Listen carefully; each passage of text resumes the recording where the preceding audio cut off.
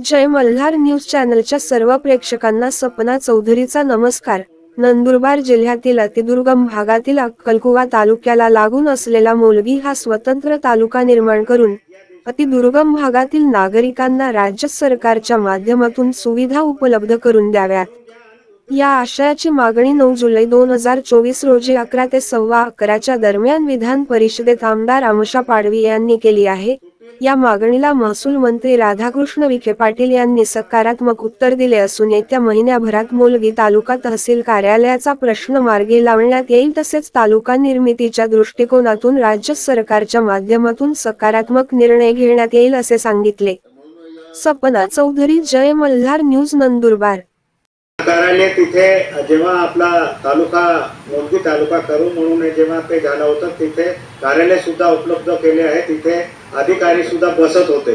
पण काय कारणाने ज्या दिवशी तारीख घेतली त्या दिवशी ते रद्द झालं, म्हणून माझी विनंती आहे लवकर ते हे करून घ्या। आणि उद्देश माझं हेच आहे का आमच्या अतिदुर्गम भागाचे आहे आणि ते तालुका निर्मिती झाल्यानंतर त्या भागाचा मोठा प्रश्न सुटेल।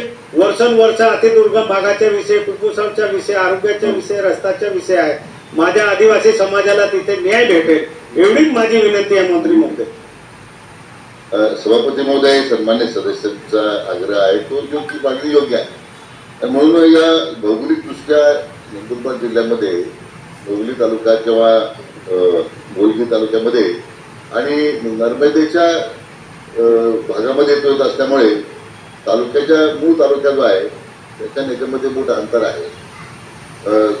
म्हटल्याप्रमाणे दांगड समितीची शिफारस आपण त्यासाठीच आपण घेतोय, परंतु सन्मान्य सदस्यांचा आग्रह आहे आणि ती मागणी रास्त आहे जो आमच्याकडे प्रस्ताव प्राप्त झालेला आहे। या संदर्भात अपर तहसील कार्यालयाला तात्काळ मान्यता देण्यात येईल आणि सभापती महोदय तो लवकरात मला वाटतं साधारण महिनाभरात आपण तो सुरू करू अशा प्रकारची खात्री मी सन्मान्य सदस्यांना देऊ इच्छितो।